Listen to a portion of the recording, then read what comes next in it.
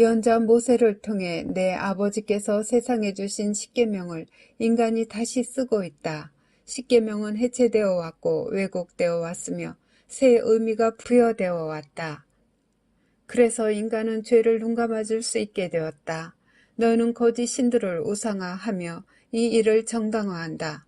이런 식으로 내 아버지를 모욕할 때 너희는 무시무시한 거짓말을 살고 있다. 너희는 서로를 살해하고 이를 행하면서 자비를 보여주고 있다고 말한다. 살인, 사형집행, 안락사, 그리고 낙태를 합법화하고서 이것들은 좋은 것이라고 말한다.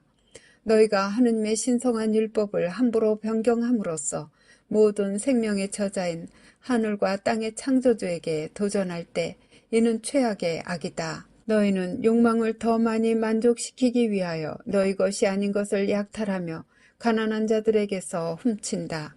너희는 인간의 품위를 떨어뜨리는 육체의 무시무시한 죄들을 저지르며 야생의 짐승이 자유로이 하듯이 처신한다. 너희의 비참함은 하느님께서 보시기에 질색이지만 만일 내게 자비를 얻기 위해 간청한다면 나는 인내심 있게 기다리고 있을 것이다. 하느님께서 존재하신다는 것을 용납하기를 거부함으로써 하느님을 모독할 때 짐승과 함께 있는 시면 속으로 하느님의 자녀들을 데려가려고 할 때 돌아서서 내게 자비를 청할 때를 나는 여전히 기다리고 있을 것이다. 너희 중에서 진리를 받아들인 자들은 안식일에 나에게 영예를 드리는데 더 이상 시간을 내지 않는다. 왜냐하면 너희는 자신의 필요성을 내 앞에 먼저 두기 때문이다. 너희는 내게 그렇게 상처를 입힌다. 부모에 대한 너희의 사랑과 존경심이 감소되어 온 것처럼 하느님께 대한 너희 사랑도 감소되어 왔다. 너희에게 해야 할 의무가 있는 부모에게도 사랑을 보여드리지 않거나 부모를 돌보지 않을 정도까지 너희 마음은 완고해져 버렸다. 너희는 하느님을 저주하고 지극히 신뢰되는 방식으로 내 이름을 사용하면서 매일 맹세하지만 내가 원하는 방식으로 나와 이야기하지 않을 것이다. 너희가 다른 이들을 중상할 때 너희는 나를 중상한다. 너희가 또 다른 사람의 평판을 손상시킬 때 너희는 내 사랑을 파괴한다. 그러나 양심의 가책을 보여줄 때 나는 너희를 용서할 것이다. 너희는 결혼 제도에 대한 경멸감을 보여주며 이 지극히 거룩한 성사를 남용한다고 거의 생각하지 않는다. 너희가 결혼에 대한 하느님의 축복을 계속해서 구할 때 하느님께서 그 결혼을 인정하지 않으시고 인정할 수도 없으실 때 더 나아가서 너희는 하느님을 모욕한다. 그런데도 너희는 계속해서 하느님을 모욕한다. 세속 상품을 주의 깊게 찾는 것에 그토록 사로잡혀 있고 건강하지 못한 야망에 그토록 감염되어 있어서 너희는 너희 길에 방해가 되는 사람들을 파괴한다. 이런 일에도 불구하고 내게 돌아온다면 나는 너에게 자비를 보여줄 것이다. 내 이름은 음담패설에 사용될 것이며 그 음담패설은 그들의 마음속 깊이 서로를 저주하는 것이 될 것이다. 세상의 죄가 그토록 만연하여 내 이름이 공경받지 못하는 것을 볼 때 나는 운다. 내 이름은 저주받는다. 나는 격렬한 아픔을 느낀다. 사형 집행에 연루된 자들과 군대들, 사형 집행을 눈감아주는 자들에게 나는 이것을 말한다. 한 인간을 살해하도록 유죄 판결을 내리는 너희에게는 동일한 범죄의 죄가 적용된다. 너희는 이 경우에 살인죄를 저지르며 살인은 대죄이다. 너희는 생명을 빼앗아갈 권리를 부여받지 않았다. 혹은 빼앗아 가도록 심판할 권리를 받지 않았다. 오직 예수 그리스도인 나만이 심판할 권리를 갖는다. 사형 집행을 통해 살인자가 죽는데 공헌한 자는 누구든지 회개하지 않는 한 영원토록 지옥불에서 고통당할 것이다. 너희 중에서 그토록 많은 이가 눈에는 눈으로라는 법을 믿는다. 너희는 얼마나 잘못 인도되었는지 너희는 내 아버지의 십계명을 용납하지 않는 것이냐. 살인하지 말라는 계명은 또한 통제하기 위하여 자기들에게 속하지 않는 땅 안으로 쳐들어가는 그 공격적인 군대들에도 적용된다.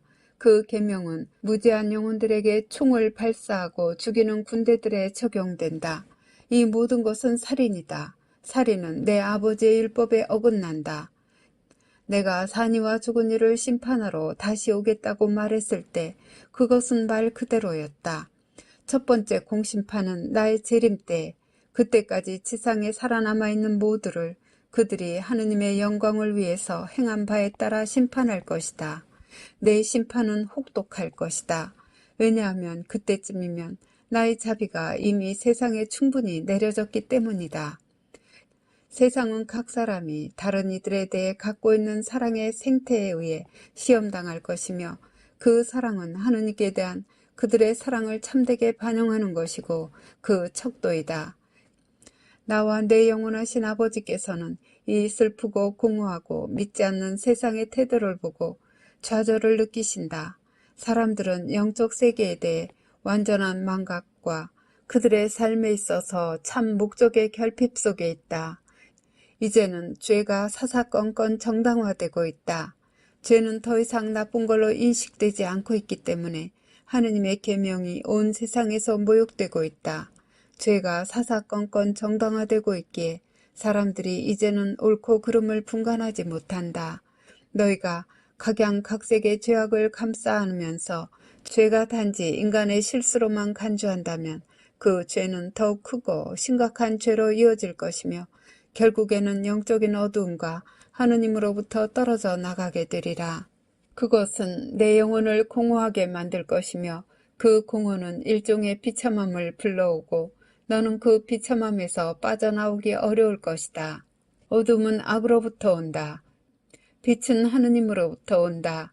죄는 어둠을 가져오며 너희가 지은 죄를 인정하고 화해를 추구하지 않으면 죄는 영을 질식시킬 때까지 영향을 미칠 것이다.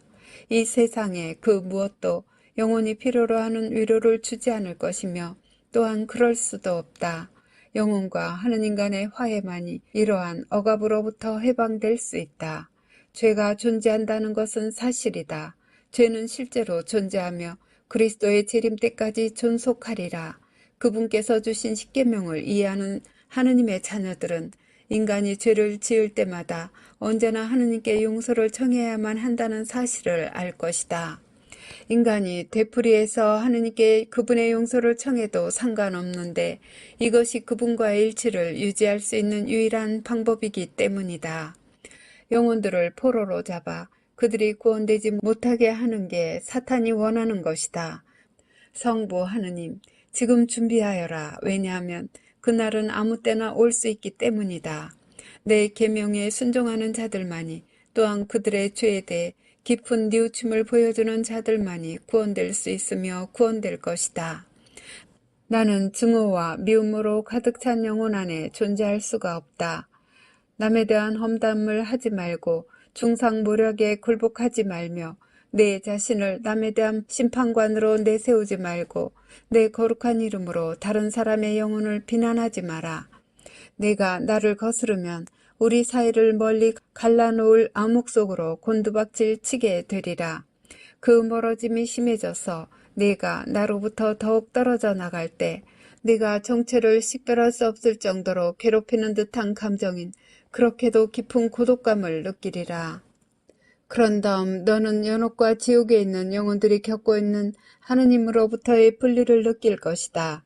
네가 지금 이것으로부터 배울 수 있다면 너는 더 쉽게 나에게 더욱더 가까이 다가올 수 있으리라. 너는 먼저 너의 영혼 속에 있는 증오의 모든 생각들을 몰아내어야 한다는 점을 명심하여라. 나는 미움으로 가득 차 있는 영혼 안에 존재할 수가 없는데 이건 불가능하기 때문이다. 나의 사랑하는 아버지께로부터 천국에서 쫓겨난 사탄과 모든 타락한 천사들이 죄에 사로잡힌 사람들의 영혼 안에 증오심을 부추긴다. 교만죄에서 다른 모든 죄가 나온다. 교만 때문에 루시퍼가 몰락하게 되었다. 교만은 인간이 자신을 악마와 맞먹게 하는 죄이다. 교만 때문에 인류가 몰락하게 되리라.